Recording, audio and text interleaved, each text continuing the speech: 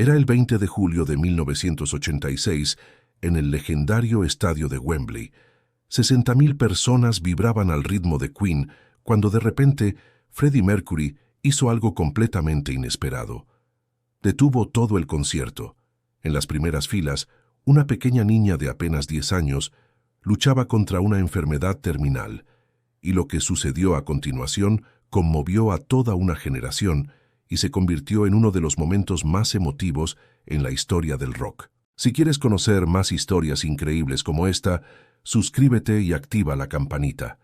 Lo que estás a punto de escuchar te demostrará por qué Freddie Mercury no era solo un músico, sino un ser humano extraordinario. Londres vivía una época de contrastes extremos, en el verano de 1986. Margaret Thatcher gobernaba con mano férrea, mientras la música pop británica conquistaba el mundo. Queen acababa de lanzar su álbum A Kind of Magic, inspirado en la película Highlander, y la expectación por sus conciertos en Wembley había alcanzado niveles históricos. Sin embargo, detrás de la euforia colectiva, miles de familias británicas lidiaban con tragedias personales que los hospitales del Sistema de Salud Nacional apenas podían atender. Los tratamientos contra el cáncer infantil estaban en sus primeras etapas de desarrollo, y muchos niños enfrentaban batallas que parecían imposibles de ganar. En este contexto, organizaciones benéficas como Make-A-Wish comenzaban a emerger, aunque aún no tenían el alcance global que tendrían décadas después. Era un tiempo donde los sueños de niños enfermos rara vez se cumplían y donde el contacto entre estrellas del rock y sus fanáticos más vulnerables era prácticamente inexistente. Los conciertos de Wembley representaban no solo entretenimiento, sino momentos de escapismo para familias que necesitaban desesperadamente un respiro de sus realidades más duras. La pequeña Emma Thompson tenía 10 años y había sido diagnosticada con leucemia linfoblástica aguda apenas 8 meses antes. Sus padres, Michael y Sarah Thompson, habían agotado sus ahorros en tratamientos privados cuando el sistema de salud público les había dado pocas esperanzas. Emma era fanática de Queen desde que escuchó Bohemian Rhapsody en la radio del hospital durante una de sus muchas sesiones de quimioterapia. Sus padres habían notado cómo su rostro se iluminaba cada vez que sonaba una canción de la banda, y cómo tarareaba las melodías incluso en sus días más difíciles. Freddie Mercury, a sus 40 años, estaba en el pico de su carrera, pero también comenzaba a enfrentar sus propios demonios de salud, aunque el mundo aún no lo sabía.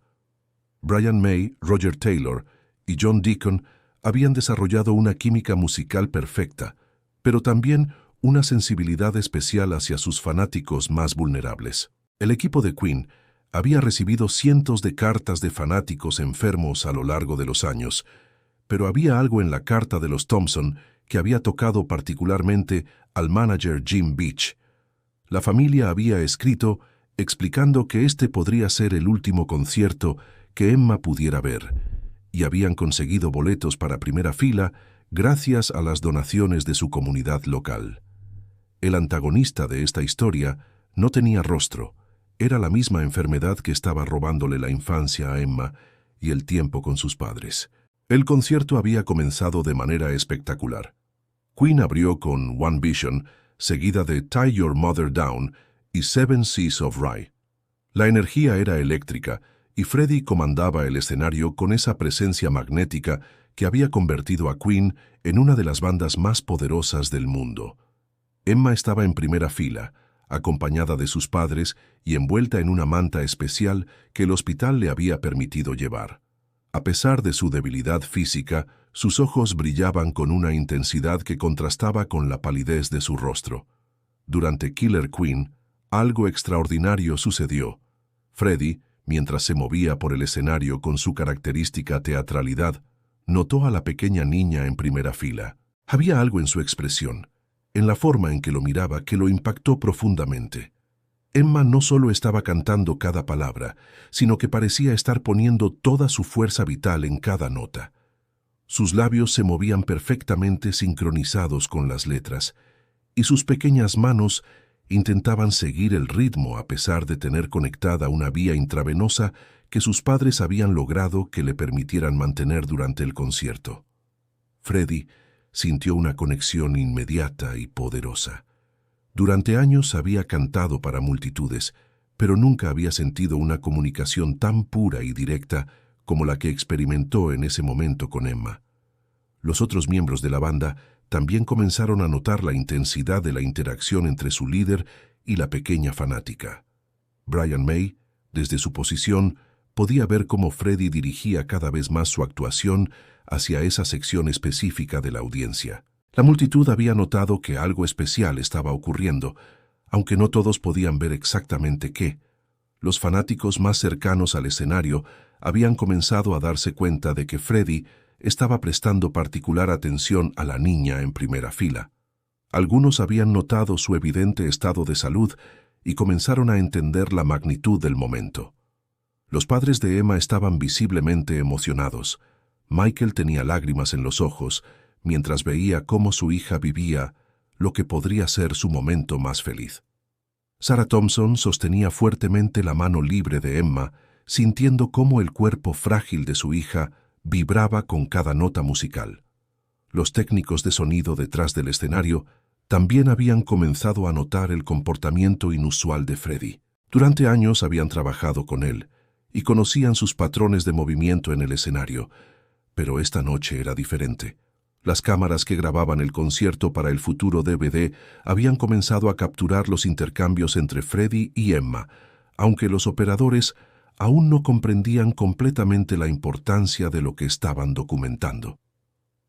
Los guardias de seguridad en primera fila habían recibido instrucciones especiales sobre Emma antes del concierto, ya que sus padres habían informado sobre su condición médica, pero incluso ellos se sentían conmovidos por la intensidad del momento. La atmósfera en el estadio había comenzado a cambiar sutilmente, como si 60,000 personas pudieran sentir instintivamente que estaban siendo testigos de algo extraordinario.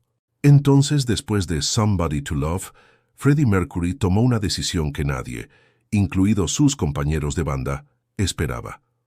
Se dirigió al centro del escenario, levantó su mano para pedir silencio, y la música se detuvo completamente.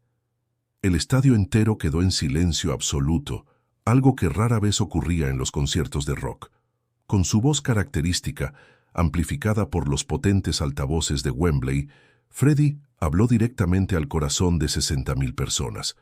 Su estrategia era arriesgada porque interrumpir el flujo de un concierto podía romper la magia del momento, pero su instinto le decía que este era un momento que trascendía la música. Se acercó al borde del escenario, tan cerca de Emma que podía ver cada detalle de su rostro pálido, pero iluminado por la esperanza. Lo que hizo a continuación requería no solo valentía artística, sino una vulnerabilidad emocional que pocos artistas se atreven a mostrar frente a una multitud masiva. Sabía que tenía que actuar rápido, porque la atención de 60,000 personas es algo frágil que puede perderse en segundos.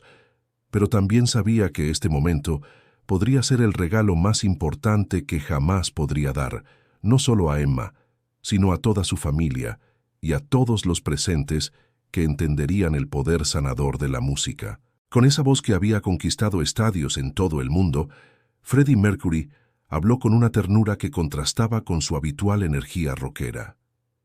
«Esta noche tenemos entre nosotros a una pequeña guerrera muy especial», dijo, mientras miraba directamente a Emma. «Su nombre es Emma, tiene 10 años, y me han contado que es una de nuestras fanáticas más valientes». Su voz se quebró ligeramente, revelando una emoción genuina que rara vez mostraba en público.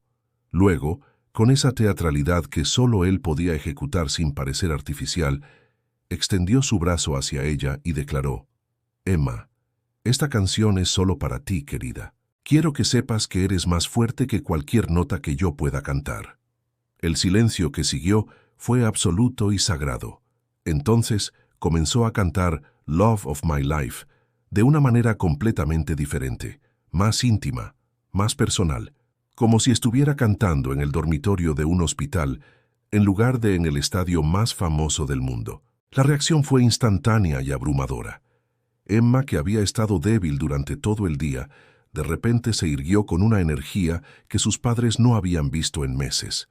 Sus ojos se llenaron de lágrimas, pero su sonrisa era la más brillante que había mostrado desde el diagnóstico. Comenzó a cantar junto con Freddie, y aunque su voz era apenas un susurro comparado con los amplificadores, parecía que todo el estadio podía escucharla.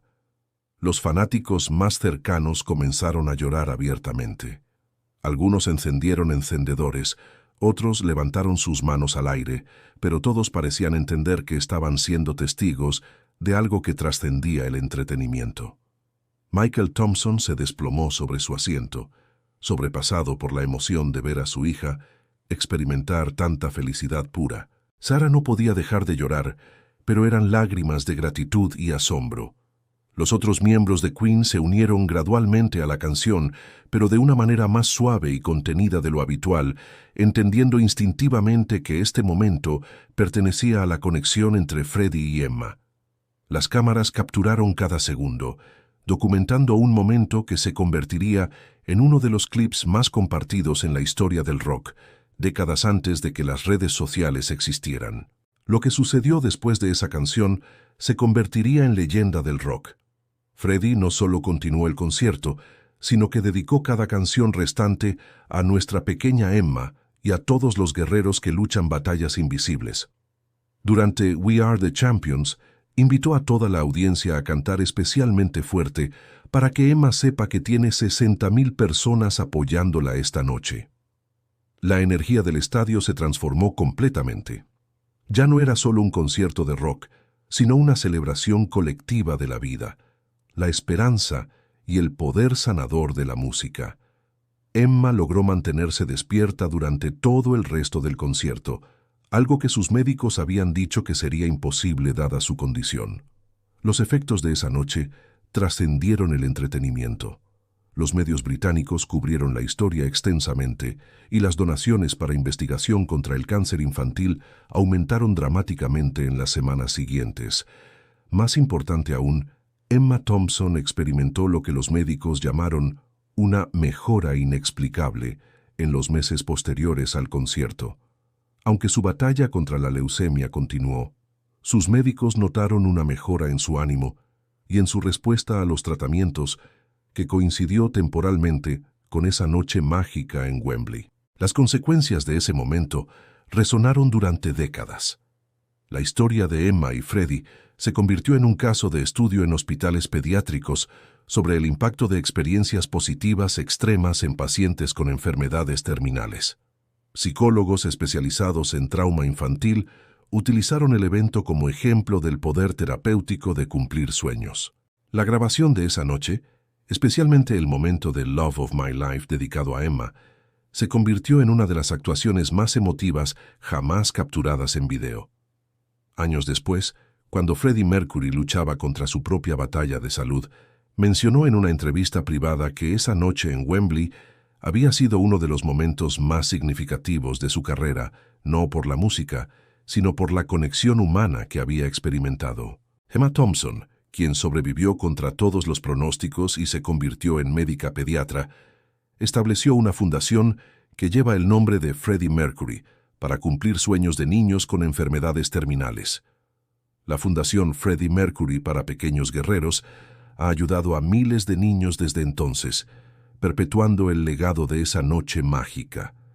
Cada año, en el aniversario del concierto, la Fundación organiza eventos donde músicos locales tocan para niños en hospitales, recreando la magia de esa conexión especial entre artista y audiencia que Freddie demostró ese julio de 1986. Esa noche, Freddie Mercury nos enseñó que la verdadera grandeza de un artista no se mide solo por su talento, sino por su capacidad de tocar vidas individuales de manera profunda y significativa. Su gesto nos recuerda que en los momentos más difíciles, un acto de bondad puede iluminar no solo la vida de una persona, sino inspirar a miles más. La historia de Emma y Freddie demuestra que la música tiene un poder que va más allá del entretenimiento. Puede sanar, puede dar esperanza y puede crear momentos de magia pura que trascienden el tiempo. ¿Has experimentado alguna vez un momento musical que cambió tu perspectiva sobre la vida? Comparte tu historia en los comentarios y no olvides suscribirte para más relatos que celebran el poder transformador de la música y la compasión humana.